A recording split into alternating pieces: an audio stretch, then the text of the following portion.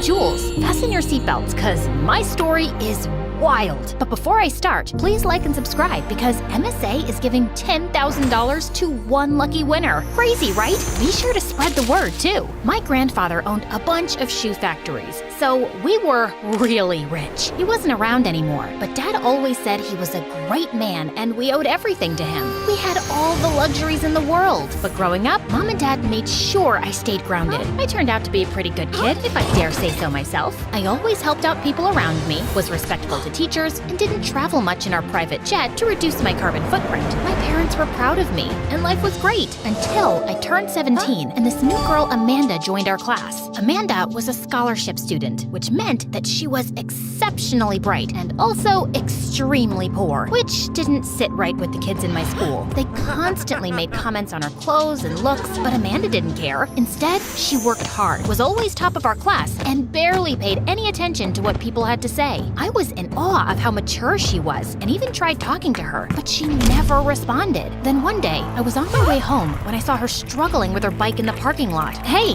is there a problem? Someone punctured my bike tires. I'm late for work and I can't lose out on a day's pay. This is such a mess. I can drop you. Are you sure? Yeah, no problem. And that's how Amanda and I finally had our first conversation. She told me she was an orphan and lived in a foster home nearby. She was just 17 and working 2 jobs to support herself. You're the bravest person I know. I'd love it if we could be friends. Aren't you too rich to be friends with someone like me? What does that have to do with anything? Amanda smiled, and since then, we became inseparable. We'd go to the movies and the mall together, and no matter how much I tried, Amanda would never let me pay for her. But the more Amanda and I got closer, the less time I got to meet my other friends. So when a friend of mine invited me to her birthday, I couldn't say no. I even invited Amanda, but she refused. Your friends look down on me. Some of them have made fun of me to my face, and the ones who haven't still make it obvious enough. They can be a bit silly, but trust me, they aren't so bad once you get to know them. We can buy you a nice outfit and do some makeup on you, and you'll be lovelier than ever. No one will make fun of you after that. And what if I don't wear fancy clothes or paint my face with makeup? Your friends can make fun of me then? That's not what I said. You just called me poor and ugly in 10 different languages, Jules. I did not. I just said that if you dress differently for a party, maybe you wouldn't stand out like a sore thumb and fit in better. And once they get to know you, they'll like you. Watching the hurt look on Amanda's face made me instantly regret my words. Then you should be with people who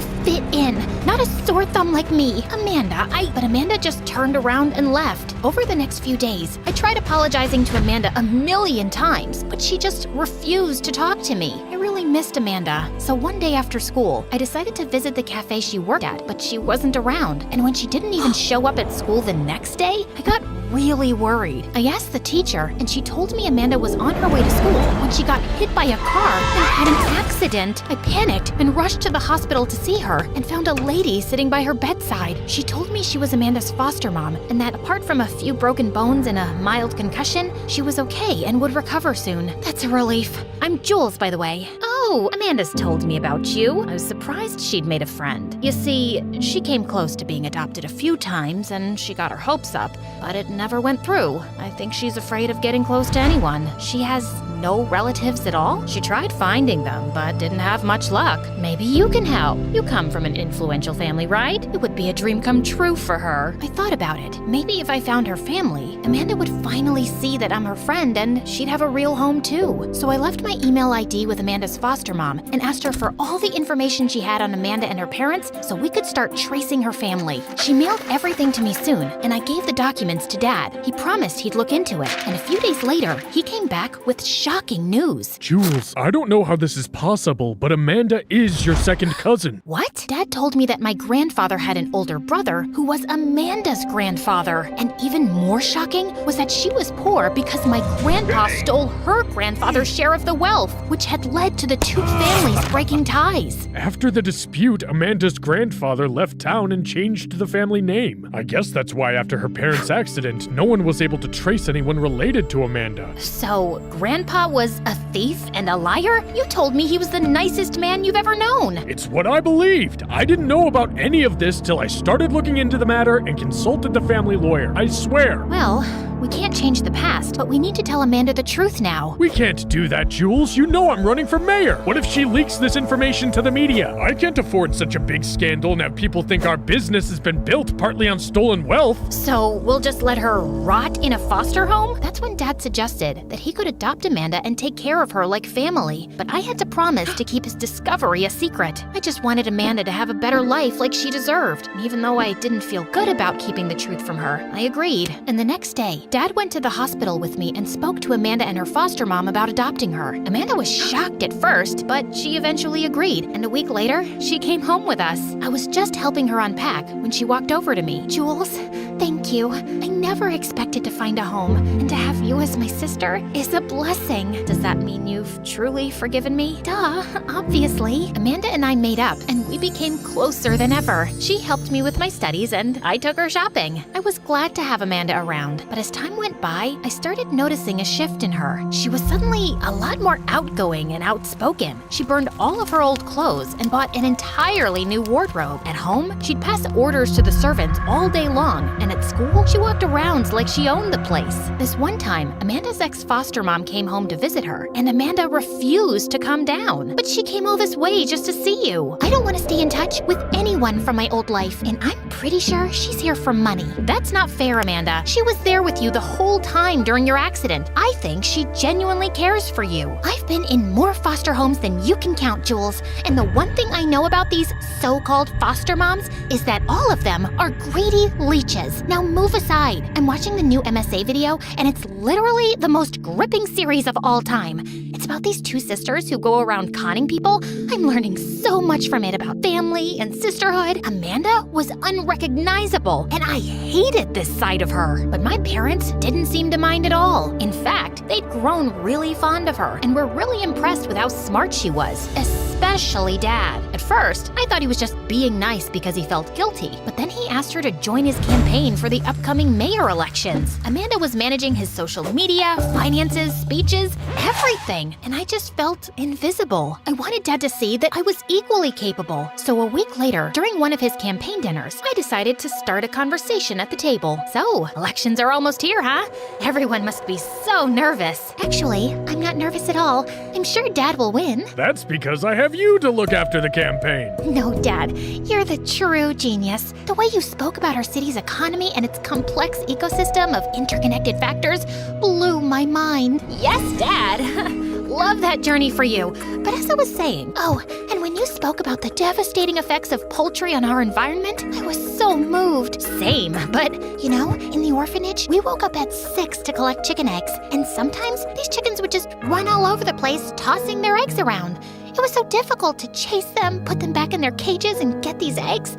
I'm having flashbacks. That's really sad. But can you shut it for a second so I can talk? Jules, what's wrong with you? Can't you see Amanda's crying? And can't you see I'm trying to say something and she keeps butting in with her sob stories? Which makes 0 sense, by the way. You don't know.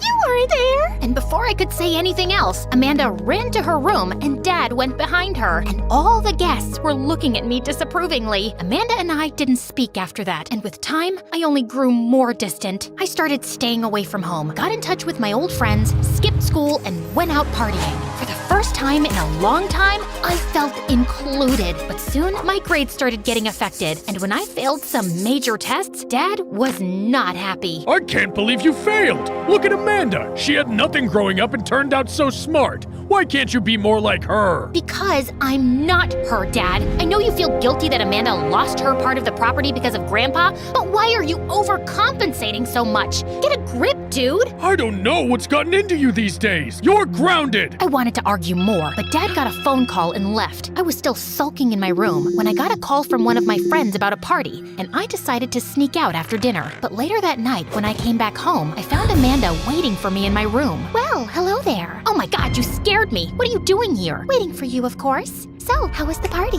I hope you had fun because it's the last time you're going out. Once Mom and Dad find out that you disobeyed them, they'll ground you for life. Don't you think you're taking this too far? You know, you're not actually part of the family, right? My parents felt sorry for you and took you in. Then why do I feel such a strong connection to your dad? Actually, he kind of looks like my dad. I've only ever seen one photo, but the resemblance is uncanny. funny, she had a really strange expression on her face. It must be a coincidence. Are you sure about that? Yeah, what else? Amanda just shrugged and turned away, but for some reason, I felt really uneasy. I couldn't sleep the whole night, and the next morning when I woke up, Amanda was gone. Her room was empty, her clothes were gone, and it looked like she never even lived here. I immediately called her, but it went straight to voicemail. I called Dad, but he had no idea either. The entire week, we searched for Amanda everywhere. I tried calling her friends, her old foster mom, even the orphanage she once lived in, but no one had any idea where she was. I'd almost lost hope when one morning I woke up to loud banging noises. I went downstairs and saw Dad and the servants holding the main door to stop people from barging in. What's happening? Who are these people? I'll tell you later. Just go to your room and call the police. Cops arrived within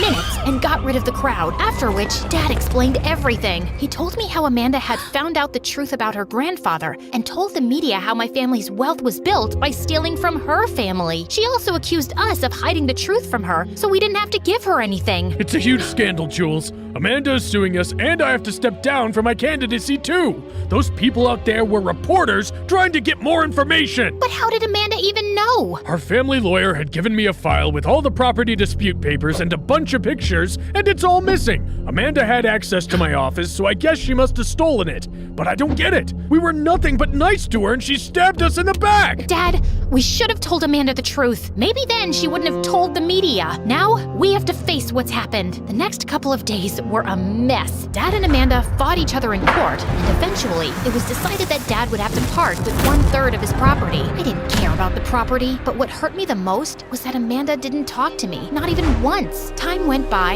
and my parents and I eventually recovered from the loss. I never heard from Amanda again, but she was always there in the back of my mind. Soon after, I moved out for college and decided to join Dad's shoe business. I was in Bora Bora for a vacation when I heard a familiar voice. I always knew you were a beach bum. Amanda? What are you doing here? How have you been? Remember I told you about that Con Sister MSA video? That inspired me to check this place out, and I fell in love with it. So I opened a small sushi place, and life's good. I'm happy to hear that. Listen, I don't know what to say or how to apologize, but I'm really sorry for how things turned out. I'm sorry for not talking earlier. I was excited about getting adopted and getting attention. It hurt when my relatives lied to me, and you were my friend too. I lied to protect my dad, but that was wrong. Our family's actions are unforgivable, but we're still related. I want you in my life. I think I'd like that too.